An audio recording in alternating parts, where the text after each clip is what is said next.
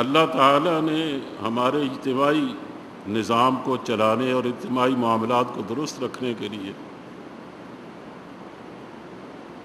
جو ہدایات جاری فرمائی ہیں، ان میں سے 2 ہدایات اس آیت کریمہ میں بیان فرمائی گئی ہیں جو اس وقت میں نے آپ کے سامنے پڑھی۔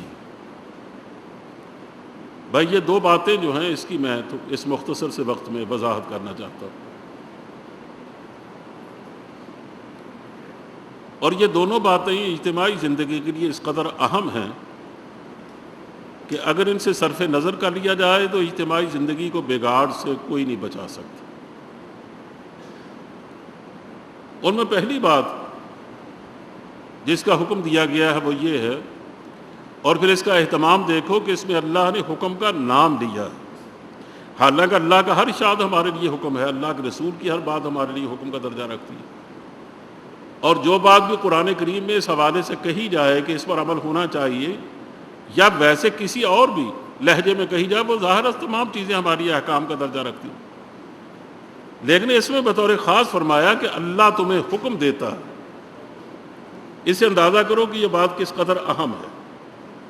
یہ نہیں فرمایا کہ لوگوں تم ایسا کر لو، تمہاری ایسا کرنا مناسب ہے، یہ ایسی بات اچھی ہے، یہ نہیں بات فرمائی، بلکہ فرمایا کہ لوگوں اللہ تمہیں حکم دیتا ہے ان تؤدوا الامانات، کہ تم امانتوں کو ادا کرو، الی اہلھا، ان لوگوں کو امانتیں سپرد کرو جو اس کے اہل ہوں، جو اس کی صلاحیت رکھتے ہیں۔ امانت کا ایک تصور تو وہ ہے جو عام طور پر ہمارے ذہنوں میں ہے کہ کسی نے کوئی پیسے میرے پر رکھوائے، کوئی چیز رکھوائی، میں اس کو وقت پر ادا کر دوں، یہ امانت ہے اور امانت کی ادائیگی ہے۔ لیکن اسلام نے امانت کو بڑے وسیع معنی میں لیا۔ قرآن کریم میں مختلف معنی میں امانت کا لفظ استعمال ہوا۔ اب میں ان کی مثالیں تو نہیں دوں گا، لیکن اس کو صرف اتنا عرض کرنا چاہتا ہوں کہ یہاں امانت سے مراد عام امانتیں نہیں ہیں جو ایک فرد دوسرے فرد کے پاس رکھتا ہے، بلکہ اس کا مطلب یہ ہے کہ جب تم کسی اہم کام کی ادائیگی کے لیے، اور خاص طور پر وہ کام اگر اجتماعی ہے، مسلمانوں کے اجتماعی امور سے تعلق رکھتا ہے، اس کی ذمہ داری کو جب تم کسی کو سپرد کرنا چاہو تو یہ ذمہ داری ایک امانت ہے۔ یعنی جو ذمہ داری کسی کو دی جاتی ہے، یہ ذمہ داری کوئی قبول کرتا ہے، یوں سمجھو وہ ایک امانت کا بوجھ اٹھاتا ہے۔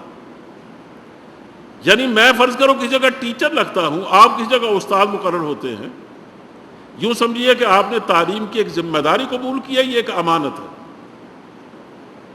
میں کسی کالج میں پرنسپل لگا دیا جاتا ہوں، کسی یونیورسٹی کا وائس چانسلر ہو جاتا ہوں، اب اس کے انتظام و انصرام اور اس کی تعلیم کے پہلوؤں کو بہتر کرنا یہ میری ذمہ داری ہے اور یہ امانت ہے، اور کل کو اللہ کے یہاں اس کا سوال کیا جائے گا۔ اسی طرح میں اگر پارلیمنٹ میں جانے کے لیے قومی اسمبلی یا سینٹ کا الیکشن لڑتا ہوں، تو جس طرح اللہ نے ووٹ آپ کو ایک امانت دی ہے کہ اس کو کسی اہل کے سپرد کرنا، یہ ووٹ بھی ایک امانت ہے، اس طرح جو آدمی اس ووٹ کو لے کر ایک ذمہ داری کے منصب پر فائز ہونا چاہتا ہے، وہ یوں سمجھے کہ ذمہ داری کا بوجھ اٹھانا چاہتا ہے، اور یہ امانت ہے، اور اس امانت کے بارے میں کل کو اللہ کے یہاں سوال کیا جائے گا۔ اسی طرح جو آدمی حکومت کرتا ہے یا حکومت کی ذمہ داریاں سنبھالتا ہے، وہ چاہتا ہے کہ مجھے صدارت دے دی جائے، مجھے وزارت دے دی جائے، مجھے اسپیکر بنا دیا جائے، مجھے کوئی اور اہم عہدہ دے دیا جائے۔ جو لوگ دینے والے ہیں وہ ذمہ داریاں حوالے کرتے ہیں، اور جو لینے والا ہے وہ ذمہ داری کا بوجھ اٹھاتا ہے، اور کل کو اس بوجھ کے بارے میں، ذمہ داری کی ایک ایک بارے میں، ایک ایک چیز کے بارے میں اس سے سوال کیا جائے۔ اس لیے حضرت صلی اللہ علیہ وسلم نے ارشاد فرمایا کہ جو آدمی کسی جگہ کا عامل یعنی حکمران بنا دیا جاتا ہے، یا کسی جگہ کا کسی عدالت کا جج بنا دیا جاتا ہے، مجسٹریٹ بنا دیا جاتا ہے، فرمایا یوں سمجھو کہ وہ کند چھری سے ذبح کیا جاتا ہے۔ یعنی ذبح تو ہوتا ہی ہے وہ، اسے کہ ہر ذمہ داری کی ادائیگی یوں رکھیے سمجھیے کہ وہ ذمہ داری کی ادائیگی کی فکر اس کو اتنی ہونی چاہیے جتنا چھری گلے پر رکھ دی جائے تو اس کو اپنی بات کی فکر ہوتی کہ اگر میں یہ نہیں کروں گا تو میرا گلا کاٹ دیا جائے گا۔ بالکل اس ذمہ داریاں جب کسی کے سپرد کی جاتی ہیں تو یوں سمجھیا کہ چھری کے نیچے اس کا گلا آ گیا ہے اور وہ چھری میں کند ہے، تیز نہیں ہے، تیز چھری سے کم تکلیف ہوتی ہے کٹنے والے کہ اس کند چھری سے تمہیں ذبح کیا جانے والا ہے، تو سوچ لو کہ تم اس سے کس طرح عہدہ برا ہو سکتے ہیں۔ اور آپ کو یاد ہوگا میں نے گزشتہ سے پیوستہ جمعہ میں معراج شریف کے حوالے سے کچھ باتیں کی تھی، اس میں نے بعض روایات بیان کی تھی۔ اس میں ایک روایت میں نے یہ بھی بیان کی تھی کہ حضرت صلی اللہ علیہ وسلم کو تمثیلی انداز میں جو وسیع مشاہدے کا موقع دیا ہے آسمان دنیا پر، اس میں حضور نے ایک بات دیکھی تھی کہ ایک آدمی ہے جس کو جس کو لکڑیوں کا ایک گٹھا دیا گیا کہ اس کو اٹھاؤ، وہ گٹھا اسے اٹھ نہیں پاتا، وہ بجائے اس کے کہ اس سے کو لکڑی نکالے وہ اور لکڑی کو اٹھاتا ہے، اس کے اندر ٹھونس لیتا ہے۔ اب ظاہر ہے جب پہلے لکڑیاں اسے نہیں اٹھ پائیں، اب یہ کیسے اٹھا لے گا، لیکن پھر اس کو اٹھانے کی کوشش کرتا ہے، پھر نہیں اٹھ پاتا تو ایک لکڑی اور ٹھونس لیتا ہے۔ حضور نے حیران ہو کر جبریل سے پوچھا کہ جبریل یہ کیا معاملہ ہے؟ انہوں نے کہا حضور یہ وہ بے وقوف آدمی ہے جس کو اللہ نے قیادت و امامت کے منصب پر فائز کیا، جس کو ذمہ داریاں دی گئی، امانتیں سپرد کی گئی، اب یہ ان امانتوں کا بوجھ اٹھا نہیں پا رہا، وزارت دے دی گئی ہے اس سے کام اس کا کام اسے ٹھیک نہیں انجام پا رہا، صدارت دی گئی ہے، وزارت عظمیٰ دی گئی ہے، کوئی بھی ذمہ داری دے دی گئی کہ جگہ پرنسپل وائس چانسلر بنا دیا گیا، یعنی کہیں بھی کوئی بھی ذمہ داری اس کے پاس ہے وہ ٹھیک طرح سے ادا نہیں کر پا رہا، لیکن اس کی خواہش کیا ہے کہ اس سے اگلے منصب پر میں قابض ہو جاؤں، میرے پاس اگر ایک محکمے کی وزارت ہے نا مجھے ایک اور کی مل جائے، میں فلاں منصب پہ بیٹھا ہوں ایک فلاں منصب پر بھی قابض ہو جاؤں، میں ایک پارٹی کی قیادت کر رہا ہوں اب میں ملک کا صدر کیوں نہ ہو جاؤں۔ یہ جو خواہش ہے ذمہ داریوں کی اور امانتوں کی، یہ وہ بے وقوف آدمی کر سکتا ہے جس کا حضور کو تمثیل دکھائی گئی، کہا میں دیکھ لیں کہ اس کا انجام کل کو کیا ہوگا، اور اس کا انجام بھی وہی ہونے والا جو دنیا میں یہ حرکتیں کرتا ہے۔ اس میں وہ تو صرف کم از کم اٹھا، ابھی اس نے سر پہ نہیں رکھا تھا، اسے اٹھا نہیں پا رہا تھا، اور یہ لوگ تو سر پہ پہن لیتے ہیں، وہ پگڑی سر پہ ٹوپی پہن لیتے ہیں، ذمہ داریاں قبول کر لیتے ہیں، جب وہ ادا نہیں ہوتی تو ایک اور ذمہ داری لے لیتے ہیں۔ اس سے اندازہ کریں کہ ان کی ذہنیت کیا ہے۔ اس لیے اس بارے میں صاف صاف فرمایا گیا کہ لوگوں جو اس قماش کے لوگ ہوں اور ان ذمہ داریوں سے کے بارے میں ان کا یہ تصور نہ ہو کہ کل کو اللہ کے یہاں ہم سے سوال بھی ہونا ہے اس کا، تو یاد رکھو وہ ذمہ داری قبول کرنے کے اہل نہیں ہے۔ حضرت عمر فاروق فرماتے تھے کہ اگر مجھے یہ احساس ہوتا کہ اس وقت میرے سوا حضرت ابو بکر کے بعد جو کٹھن ذمہ داری ہے اس کا بوجھ کو اور بھی اٹھا سکتا ہے تو کہا میں کبھی خلافت کا بوجھ نہ اٹھاتا۔ اگر مجھے اس کے بدلے میں یہ کہا جاتا کہ تم پتھر کی سریں توڑ توڑ کر سمندر میں پھینکتے رہو تو کہا میں وہ کام قبول کر لیتا، یہ ذمہ داری کبھی قبول نہ کرتا۔ لیکن جب میں نے دیکھا کہ حضرت ابوبکر نے مجھے حکم دیا ہے، بلکہ اس سے پہلے معلومات کنوینس بھی کیا ہوگا کہ تمہیں یہ بوجھ اٹھانا ہے، اور میرے بعد کو اور بوجھ اٹھانے والا تیرے سوا اس طرح کا نہیں ہے۔ اور پھر حضرت صلی اللہ علیہ وسلم کے ارشادات بھی موجود تھے کہ آپ نے اپنا خواب بیان کیا تھا کہ میں نے دیکھا کہ ایک آدمی پانی کا اپنا ڈول کھینچ رہا کسی کنویں سے، اور ڈول کھینچ کھینچ کر امت کو سیراب کر رہا، تو بڑی مشکل سے اور کمزوری کے ساتھ وہ یہ فرض انجام دے رہا۔ اس کے بعد ایک اور آنے والا آیا اور یہ ذمہ داری اس کے سپرد کی گئی، اس نے اس تنومندی اور قوت کے ساتھ ڈول پر ڈول کھینچے کہ جل تھل ایک کر دیے۔ کہا حضور نے اپنا خواب بیان فرمایا، ہم نے پوچھا کہ حضور یہ کیا ہے؟ فرمایا یہ پہلا اٹھانے والا ابو بکر ہے اور دوسرا کھینچنے والا عمر ہے۔ اب انہوں نے یہ باتیں سن رکھی تھی، وہ جانتے تھے کہ امت کا بھلا تبھی ہوگا جب عمر جیسا قوی اور قلب آدمی ذمہ داری کو اٹھائے گا، لیکن آپ ان کا احساس دیکھیں کہ وہ کہتے ہیں کہ میں کبھی ذمہ داری قبول نہ کرتا ابو بکر کا حکم اگر نہ ہوتا، اور میں سمجھتا کوئی اور بھی اس بوجھ کو اٹھا سکتا۔ جب تک کوئی آدمی ذمہ داری سے سرشار نہیں ہے بلکہ شرابور نہیں ہے اور گراں بار نہیں ہے، یاد رکھو اس کے اندر اہلیت پیدا نہیں ہوتی۔ یہ حکمرانی اپنے اندر بڑی کشش رکھتی ہے اور ساتھ ذمہ داری بھی۔ جو صرف اس کی کشش تو رکھتا ہے اپنے دل میں لیکن ذمہ داری کا احساس ہی رکھتا ہے، وہ تو کوڑ کا بیمار ہے، اس کو قوم کے سر پر مسلط کر دیا جائے گا، قوم بیمار ہو جائے گی۔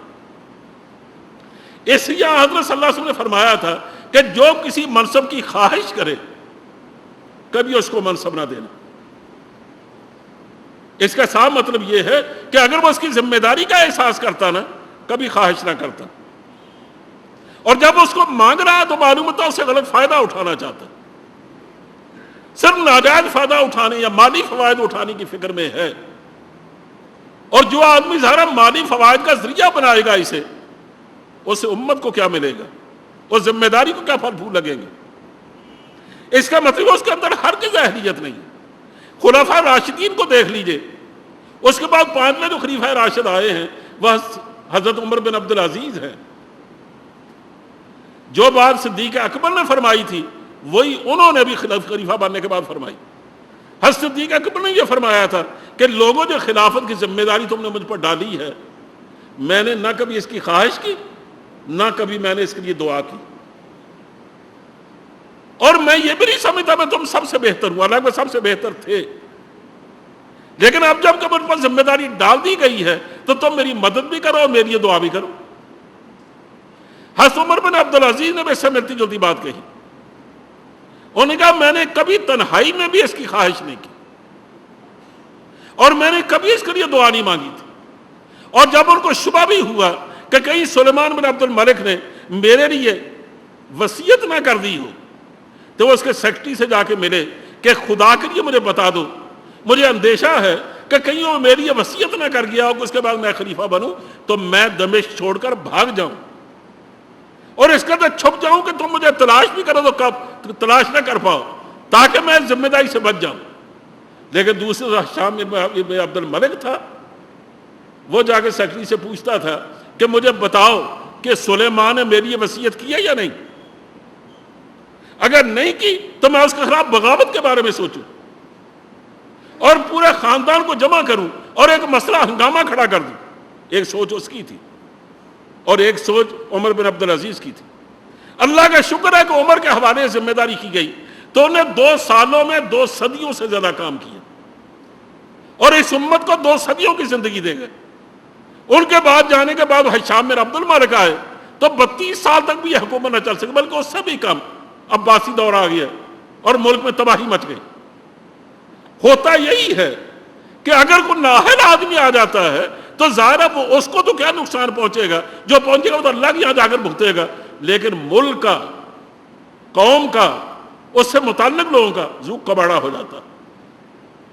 ہم بالکل اس صورتحال سے دوچار ہیں کہ ہمیں جب بھی کبھی موقع ملا انتخاب کے حوالے سے کہ لوگوں تمہارے پاس ایک بیلٹ باکس ہے، یہ تمہارے پاس ایک بہت بڑی قوت ہے، تم اس کی مدد سے بہتر لوگوں کو پارلیمنٹ میں بھیج سکتے ہو، لیکن ہم نے ہمیشہ اس میں صرف یہ دیکھا کہ جو آدمی ہمارے ناجائز کام کروائے، تھانے میں ہمیں چھڑوائے، جو اور ہمارے ادھر ادھر کے کاموں میں ہماری مدد و تعاون کرے، ہم اس کو تو سپورٹ کریں گے، لیکن جو شریف آدمی اللہ سے ڈرنے والا ہے وہ ہمارے کس کام کا، ہم اس کو ووٹ کیوں دیں؟ اس کا نتیجہ ہمارے سامنے۔ اور پھر جو لوگ اسمبلی میں پہنچ گئے، جیسے آج کی صورتحال ہمارے سامنے ہے، اب ذرا ہمارے پاس قوت نہیں ہے کسی کو ذمہ داریاں تفویض کرنے کی۔ اب اگر وہاں ذمہ داریاں بٹ رہی ہیں اور یہ فیصلہ کیا جا رہا بعض ذمہ داریوں کے بارے میں، تو وہ پارلیمنٹ کا کام ہے، سینٹ کا بھی اور قومی اسمبلی کا بھی، لیکن ان کو جس طرح بکاؤ مار بنا دیا گیا، بلکہ ان کو خوکر بنا دیا گیا ہے نئے سے نئے چارہ کھانے کا۔ جیسے آپ کسی جانور کو بہتر سے بہتر چارہ کھانے کی عادت ڈال دیں تو وہ عام کھرلی پر منہ نہیں مارتا، وہ بہتر چارے کی تلاش کرتا ہے، اور جہاں بھی اس کے منہ کو چارہ لگائے گا اس کے پیچھے بھاگ جائے گا، قطع نظر کو اس کا مالک ہے یا نہیں۔ ہم نے یہ آوارہ لوگ پیدا کیے جن پر حکمرانی ان کے ضمیر کی نہیں ہے، اللہ کی نہیں ہے، اللہ کے دین کی نہیں ہے، حتیٰ کہ ہماری شرافتوں کی بھی نہیں ہے، قومی اقدار کی بھی نہیں ہے، انسانی ویلیوز کی بھی نہیں ہے، ان پر حکمرانی صرف ان کے پیٹ کی ہے۔ اور جب کوئی آدمی بندہ شکم بن جاتا ہے نا، اور پھر اس کے بعد اختیار و اقتدار بھی آ جائے، آپ اس کی خطرناکی کا اندازہ نہیں کر سکتے۔ اقبال نے بالکل ٹھیک بات کہی، اگرچہ محدود کہی. اس نے کہا دل کی آزادی شہنشاہی اور شکم سامان موت. یہ تو موت کا سامان ہے. اور دل کی آزادی، یہاں سے شہنشاہی پھوٹتی کہ دل کی آزادی شہنشاہی، شکم سامان موت. فیصلہ تیرا، تیرے ہاتھوں میں ہے، دل یا شکم، جو چاہو راستہ اختیار کر لو. ہماری اکثریت قومی اسمبلی کے ممبران کی اور صوبائی اسمبلیوں کی، آپ ذرا ان کا حال دیکھیے. وہ معمولی مفادات کے پیچھے اندھے ہوتے جا رہے ہیں. جہاں وہ دیکھتے ہیں کہ ہمیں کسی کا آدمی سے زیادہ فوائد مل سکتے ہیں، ہماری پارٹی کو بھلا ہو سکتا ہے، قطع نظر اس سے کہ امت کا بھلا کس میں ہوتا ہے، وہ ظاہر ادھر جا رہے ہیں. اس لیے پہلی بات مجھے یہ کہنی ہے، وقت چونکہ تھوڑا ہوتا ہے، وہ یہ ہے کہ اللہ تمہیں حکم دیتا ہے کہ لوگوں امانتیں ادا کرو، تو امانت والوں جو امانت کی اہلیت رکھتے ہو ادا کرنے کی، ان کے حوالے کرو. ان لوگوں کے حوالے مت کرنا جو امانت ادا کرنے کی اہلیت نہیں رکھتے. ممکن ہے کوئی آدمی یہ کہے کہ میں شاید دینی طبقے کی حمایت کر رہا، میں یہ نہیں کہہ رہا. نبی کریم صلی اللہ علیہ وسلم نے حضرت ابو ذر غفاری رضی اللہ تعالیٰ عنہ سے فرمایا تھا، ان کے ذہن میں ترک دنیا سمائی ہوئی تھی، دنیا سے کٹے کٹے، الگ تھلگ، یہ ان کا مزاج تھا. اسے حضور نے کہا کہ یہ میری امت کے مسیح ہیں. ان سے آپ نے فرمایا تھا کہ ابو ذر تمہیں اگر کسی ذمہ داری کے لیے کہا جائے، ذمہ داری اٹھانے کے لیے، یعنی تمہیں کہا جائے کسی علاقے کا گورنر بنا دیا جائے تمہیں، تو ہرگز ذمہ داری کو قبول نہ کرنا. میں تمہارے اندر ایک خاص کمزوری دیکھ رہا ہوں، اس لیے تم اس طرح کی ذمہ داریاں اٹھانے کے قابل نہیں ہو. بلکہ بعض حوالوں سے کہا جاتا ہے کہ انہیں خود بھی یہ کہا تھا حضرت صلی اللہ علیہ وسلم سے، استعملنی یا رسول اللہ، کہ حضور مجھے کسی علاقے کا گورنر بنا دیجئے. انہیں بات چیزیں محسوس کی ہوں گی، تو آپ نے کہا کہ ابو ذر تم اس کام کے قابل نہیں، کہ تمہارے اندر دینداری بہت ہے، لیکن دنیا داری بھی ایک ضرورت ہے. دنیا کی مسئلوں کو سمجھنا، حکمرانی کے معاملات کو سمجھنا، یہ ایک الگ علم و دانش ہے. میں دیکھ رہا ہوں تمہارے اندر اس کی کمزوری ہے. تم جب دنیا ہی کو اپنا سے تعلق رکھنا ہی پسند نہیں کرتے ہو، تو دنیا کو چلاؤ گے کیسے، ان میں حکمرانی کیسے کرو گے؟ اس لیے منع فرما دیا کہ تم یہ ذمہ داری کبھی نہ قبول کرنا، اور دوسروں کو اشارتاً کہہ دیا کہ ان کو ذمہ داری دینا مت. اس طرح ہماری تاریخ میں، ہم صحابہ کرام میں عمر بن بادی کرب گزرے ہیں، ایک بہت بہادر آدمی، بہت بڑے پہلوان، بہت بڑے جنگجو، اس قدر بہادر کہ جنگ قادسیہ میں انہوں نے جب ہاتھی لے آئے میدان جنگ میں، اب ظاہر ہے کہ عربوں کے لیے ہاتھی تو بالکل نئی بات تھی، انہوں نے کبھی ہاتھی دیکھا بھی نہیں تھا.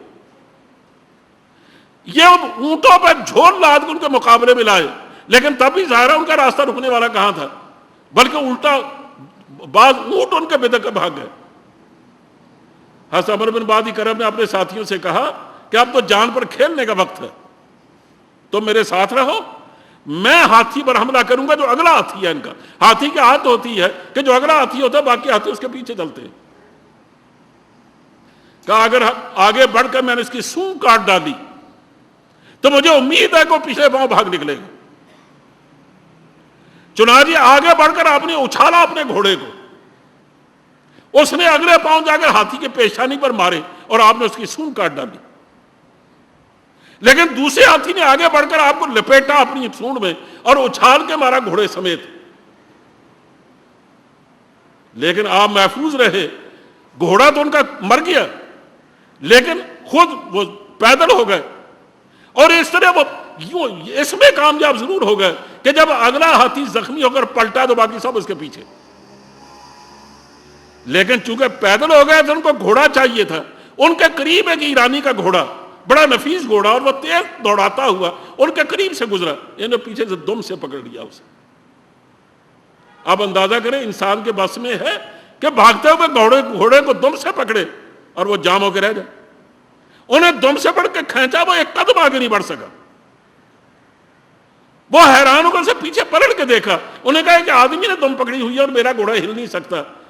تو وہ چیخا کرنے لگا یہ جن آ گئے یہاں، یہ انسان نہیں ہے، اور بھاگ نکلا. وہ یہ اتنا جیدار، اسلام کی خاطر جان پر کھیل جانے والا یہ بہادر، کہاں ڈھونڈیں گے آپ اسے؟ لیکن حضرت عمر فاروق نے حضرت سعد بن ابی وقاص کو باقاعدہ خط لکھا، فرمایا عبد بن بادی کرب بہت مشہور آدمی ہیں، ان کی عزت کرو، لیکن دیکھنا کسی بھی فوج کے حصے کی کمان ان کو کبھی نہ دینا. وہ لڑ سکتے ہیں، لڑا نہیں سکتے. اس کا مطلب جس میں صلاحیت نہیں ہے، اسلام ہرگز نہیں کہتا کہ اس کو ذمہ داریاں دے دو، چاہے وہ اپنے دوسرے پہلوؤں سے کتنی بڑی خصوصیات کا مالک کیوں نہ. لیکن اس میں جو بنیادی صلاحیتیں ہیں، ابھی میں نے اس کا ذکر نہیں کیا، ان کی موجودگی میں تو کسی آدمی کو ایک کوڑا نہیں پکڑانا چاہیے کہ تم اس امانت کو سنبھال لو. وہ بنیادی ذمہ داری کیا ہے کہ وہ آدمی جھوٹا نہ ہو، بے نماز نہ ہو،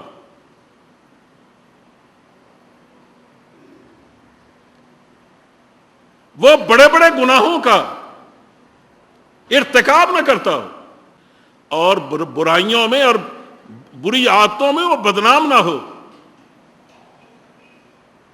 جس آدمی میں یہ خرابیاں ہوں وہ تو معمولی ذمہ داری کے بوجھ کو اٹھانے کے قابل نہیں. یہ اہلیت کے لیے حسن کردار پہلی شرط ہے. یہ تو بعد کی چیزیں جو میں آپ سے کہہ رہا ہوں کہ صلاحیت اور قابلیت یہ تو دوسرے نمبر کی چیزیں ہیں، لیکن اس سے پہلے کی جو چیزیں ہیں وہ حسن کردار ہے. جو آدمی فرض کرے ملک کا غدار ہے، لیکن اپنے علم و عقل کے اعتبار سے اور سمجھداری کے اعتبار سے بہت بڑا مقام رکھتا ہے، آپ اس کو ملک حوالے کر دیں گے تو ملک بیچ تو سکتا ہے، ملک بچا نہیں سکتا. اس لیے اس ملک کے ساتھ خود کو خیر خواہ نہیں ہے. یہی وجہ کہ ہمارے یہاں جو بہت ہوشیار سیاستدان تھے، انہیں اس ملک کو بیچا ہے، توڑا ہے، اسے بنایا نہیں ہے. اس لیے پہلی چیز تو یہ ہے کہ اس کی خیر خواہی دیکھو، اس کی اوپر وطنی دیکھو، پھر اس کے ساتھ ساتھ دیکھو یہ آدمی جھوٹا تو نہیں ہے. جو آدمی ایک فرد کے ساتھ جھوٹ بول سکتا ہے وہ خدا کے ساتھ بھی بول سکتا ہے.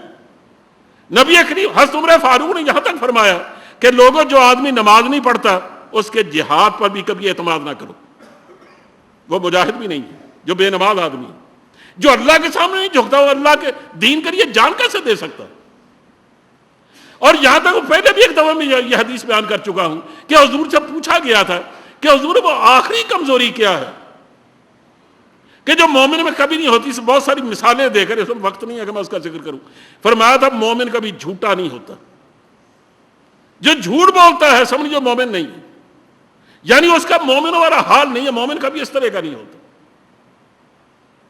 اخبارات آپ پڑھتے ہیں، اب میں کیا کروں، بہت باتیں مجھے کھل کے کہنی پڑ رہی ہیں. یہ جو ہمارا اتحاد ہے، حکومتی اتحاد، اس میں کون شخص ہے کہ جو آدمی لکھ کے وعدے کرتا ہے اور وہ پھر جاتا ہے؟ ایک نہیں، دو نہیں، تین نہیں، چار نہیں، ہماری آنکھوں کے سامنے کتنے معاہدے ہوئے، کہاں کہاں ہوئے، ملک کے اندر بھی ہوئے، باہر بھی ہوئے، اور ان کو پھرتے ہوئے اتنی دیر بھی نہیں لگتی جتنی کہ مکرنی کے پھرنے میں دیر لگتی. یعنی ایک بچہ بھی اپنے کھیل والے ساتھیوں کے ساتھ اتنی جلدی اپنا وعدہ نہیں توڑتا جتنے ان صاحب نے بار بار وعدے توڑے. جو شخص اس قماش کا ہوگا اور جس کی بدنامیوں کا عالم یہ کہ پوری دنیا اس سے الرجک ہے اور پورے ملک میں اس کو کن کن ناموں سے یاد کیا جاتا ہے. اب معاشرہ خواہش یہ ہے، اول تو خواہش کرنے والے کو عہدہ دینا نہیں چاہیے، لیکن کس طرح آپ اندازہ کریں کہ جو ان کے فالوورز ہیں، یعنی ان کی پارٹی کے لوگ، ان کی صوبائی اسمبلیاں، ان کی کہاں کہاں کی کمیٹیاں ان کے حق میں فیصلے دے رہی ہیں، اور باہر سے بیٹھے ہوئے ایک چور و چکے نے، اور جو واقعتاً مجرم ہے اور اس لیے باہر بھاگا ہوا ہے، اس نے سب سے پہلے اس کا نام پیش کیا ہے کہ ہماری پارٹی اس کو سپورٹ کرے گی، آپ اس کو صدر بنا دیں. کیا اس امت کا بھلا ہوگا اس میں؟ ایک بات تو یہ ہے جو مجھے آپ سے کہنی، اگر آپ نے کچھ لوگوں کو ووٹ دیے ہیں، چاہے وہ کسی پارٹی سے ہو، میں تو کسی پارٹی کا آدمی نہیں، میری پارٹی تو حزب اللہ ہے، کہنا چاہیے اللہ کے نیک بندے، بس میں قرآن کی فکر کی بات کرتا ہوں. اسے مجھے قرآن یہ کہتا ہے کہ تم ایسے آدمی پر کبھی اعتماد نہ کرنا، اور لوگوں سے تمہاری زبان اگر چلتی ہے لوگوں کو یقین دلاؤ، ان پر اعتبار پیدا کرو کہ لوگوں ایسے لوگوں کے پیچھے نہ چلنا ورنہ برباد ہو جاؤ گے، اور کل کو پھر گلا نہ کرنے کا ہمارے ساتھ کیا ہو رہا. ایک بات تو یہ، اور دوسری بات یہ کہنی ہے وَإِذَا حَكَمْتُمْ بَيْنَ النَّاسِ بِالْعَدْلِ، کہ لوگوں جب بھی فیصلے کرو اور تمہیں کبھی فیصلے کرنے کا موقع مل جائے، فیصلہ ایک تو حکمران کرتا ہے، عدالتیں کرتی ہیں، ہم ووٹ دیتے ہوئے کرتے ہیں، ہمارے کارندے ہمارے نمائندے کرتے ہیں، وہ اپنے نمائندے چنتے ہیں، اپنے لیڈر چنتے ہیں، پارٹیاں چنتے ہیں. جگہ جگہ موقع آتا ہے، کیا کیا سب جانتے ہیں آپ کہ کہاں کا آدمی فیصلے کرتا ہے. اور ویسے بھی ہم گھروں میں بھی تو فیصلے کرتے ہیں، ہم کاروباری فیصلے بھی کرتے ہیں، چاہے معاملہ انفرادی ہو یا اجتماعی، حکومتی اور ریاستی سطح کا ہو یا عام زندگی کا. کہا جب بھی تمہیں کبھی کسی معاملے کا فیصلہ کرنے کا موقع ملے تو عدل اور انصاف سے فیصلہ کرنا، جو انصاف کا تقاضا ہے. اور یہاں تک فرمایا وَلَوْ عَلَىٰ أَنفُسِكُمْ، چاہے وہ فیصلہ تمہاری اپنی ذات کے خلاف کیوں نہ ہو، چاہے تمہارے رشتہ داروں کے خلاف کیوں نہ ہو، چاہے تمہارے والدین کے خلاف کیوں نہ ہو، تمہاری اپنی پارٹی کے خلاف کیوں نہ ہو. یعنی انصاف تمہیں جو کہتا ہے وہ سب کو تمہاری پارٹی اور تمہارے اپنے لوگوں کے خلاف ہے، لیکن ہے وہی انصاف. تو تم انصاف کی بات کرنا. لیکن ہمارا معاملہ جو آپ کے سامنے ہے، حضور نے انصاف کے بارے میں جو سخت کرائٹیریا دیا ہے، آپ اسے اندازہ کر لیں کہ جب ایک چوری کے جرم میں ایک خاتون پکڑی گئی، حضرت صلی اللہ علیہ وسلم تحقیق کے بعد اطمینان کیا، پھر حکم دے دیا کہ اس کے ہاتھ کاٹ دیے جائیں. اب قریش کے بنو مخزوم قبیلے کی ایک لڑکی جس کی عمر شادی کی ہے، اگرچہ اس سے پہلے شادیاں ہو چکی تھیں، ناکام ہو گئی، لیکن ابھی شادی کی عمر تھی، اور ایک عزت والے قبیلے سے تعلق رکھتی ہے، قبیلوں کا بڑا اہتمام تھا عرب میں. اب اگر اس کے ہاتھ کاٹ دیا جاتا ہے اس کا رشتہ کون لے گا؟ قریش نہایت پریشان، صحابہ نہایت پریشان. آپ جو مشورہ کیا حضور سے کون بات کرے، کسی کی ہمت نہ پڑی. حضرت اسامہ کو تلاش کیا گیا جو حضور کو پوتوں کی طرح عزیز تھے. اسامہ بن زید نوجوان تھے، ان کو کیا پتا اونچ نیچ کا. ان کو سمجھایا گیا کہ آپ حضور سے جا کر بات کریں. چلے گئے، جا کر جب بات کی کہ حضور آپ مہربانی فرمائے معاف کر دیں اس لڑکی کو، تو آپ نے پلٹ کے فرمایا یا اسامہ اتشفع فی حدود اللہ، اسامہ تم اللہ کی حدود میں سفارش کرتے ہو؟ کہ اللہ کی حدود میں سفارش بھی کی جاتی ہے اور سفارش سنی جا سکتی ہے. آپ نے بلال کو فرمایا کہ یہاں صاحبان لگاؤ، اعلان کرو میں خطبہ دوں گا. چنانچہ لوگ اکٹھے ہو گئے، آپ نے اسے مختصر خطبہ ارشاد فرمایا کہ لوگوں فاطمہ بنت قیس نے چوری کی ہے اور جرم ثابت ہو گیا ہے. اللہ کا حکم یہ ہے کہ چور کے ہاتھ کاٹ دیے جائیں. میں اللہ کا نبی، اللہ کے قانون کو نافذ کرنے والا ہوں، اس میں تبدیلی کمی بیشی تو نہیں کر سکتا. اور فرمایا یہ تو فاطمہ بنت قیس ہے، اگر فاطمہ بنت محمد بھی ہوتی، یعنی میری لخت جگر یہ کام کرتی، میں اس کا بھی ہاتھ کاٹ دیتا اور اس میں کوئی کمی نہ کرتا. اور اس کے بعد فرمایا لوگوں پہلی امتیں اس وقت تباہ ہوئی کہ جب ان کے امیر لوگ طبقہ عمرہ سے تعلق رکھنے والے یا ان کے حکمرانوں کے طبقے سے تعلق رکھنے والے جب وہ جرم کرتے تھے ان کو معاف کر دیا جاتا تھا، اور جب غریب جرم کرتا تھا پکڑ لیا جاتا تھا. کہا تم بھی اس طرح تباہ ہونا چاہتے ہو؟ احادیث بہت ساری ہیں میرے ذہن میں صرف اس ایک حدیث پر اکتفا کرتا ہوا آپ سے پوچھتا ہوں. تم امت مسلمہ ہو، تمہیں تو قدرت نے کونوا قوامین للہ شہداء بالقسط کا حکم دیا ہے کہ تم دنیا میں عدل قائم کرنے کے لیے اٹھائے گئے، اور اس بنیاد پر یہ ایک آخری ملک ہے جو ریاست مدینہ کے بعد اس نظریے پر وجود میں آیا ہے. تو کیا اس کا ایک پاپی اور مجرم آدمی، کیا تم اس کا ٹرائل نہیں کر سکتے؟ آخر اس میں رکاوٹ کیا؟ رکاوٹ صرف یہ ہے کہ اگر اس کا ٹرائل ہوگا تو پھر ظاہر بہت سے پردہ نشینوں کے نام بھی آئیں گے. جو لوگ آج معصوم بنے بیٹھے ہیں نا، ان کے چہرے بھی کھلیں گے. جن منافقوں نے گھونگھٹ ڈال رکھا ہے گھونگھٹ اٹھا دیا جائے گا. پھر ایک ایک بات کھل کے سامنے آئے گی، مرنے والوں کی بھی جینے والوں کی بھی. اور پتہ چلے گا ان کی پارٹی کو کہ جن لوگوں کو ہم نے اپنا لیڈر بنا رکھا ہے وہ تو ہمارے بدترین دشمن ہیں. اس سے اس کا ٹرائل کرنے کی کوئی ہمت نہیں کر رہا اور کرے گا بھی کوئی نہیں. اور ہمارے وہ لوگ جو آج تک یہ کہتے ہیں کہ ہم تو اصولی سیاست کر رہے ہیں، مجھے اندیشہ ہے کہ بالآخر وہ بھی اس پر راضی ہو جائیں گے کہ ٹھیک ہے اس کو ملک چھوڑ جانے دو، یا چلو جہاں رہتا رہو، تم ججز بحال کر دو، ہم اس یک کڑوی گولی بھی کھا لیں گے. لیکن ججز پھر بھی بحال نہیں ہوں گے، کیونکہ ججز بحال ہونے کا مطلب یہ ہے کہ ججز کرسیوں پر ہوں گے اور یہ صاحب جیل خانے میں ہوں گے. کون رسک لے سکتا؟ بہرحال کہنا یہ ہے کہ ہماری اجتماعی زندگی میں اللہ حکم دیتا ہے کہ لوگوں امانتیں اور ذمہ داریاں ان کے سپورٹ کرو جو اس کے اہل ہیں، اور جب بھی کوئی معاملہ کرو عدل کا کرو. اس کے بعد فرمایا ان اللہ نعم ما یعظکم بہ، دیکھو اللہ تمہیں کیسی اچھی اچھی نصیحتیں کرتا ہے. اس لیے وہ سمیع بھی ہے، بصیر بھی ہے، وہ تمام باتوں کو جانتا ہے، تم نہیں جانتے. اس پر عمل کرو گے تو تمہاری اجتماعی زندگی محفوظ ہو جائے گی. اللہ اس کو قبول فرمائے. وآخر دعوانا الحمدللہ رب العالمین.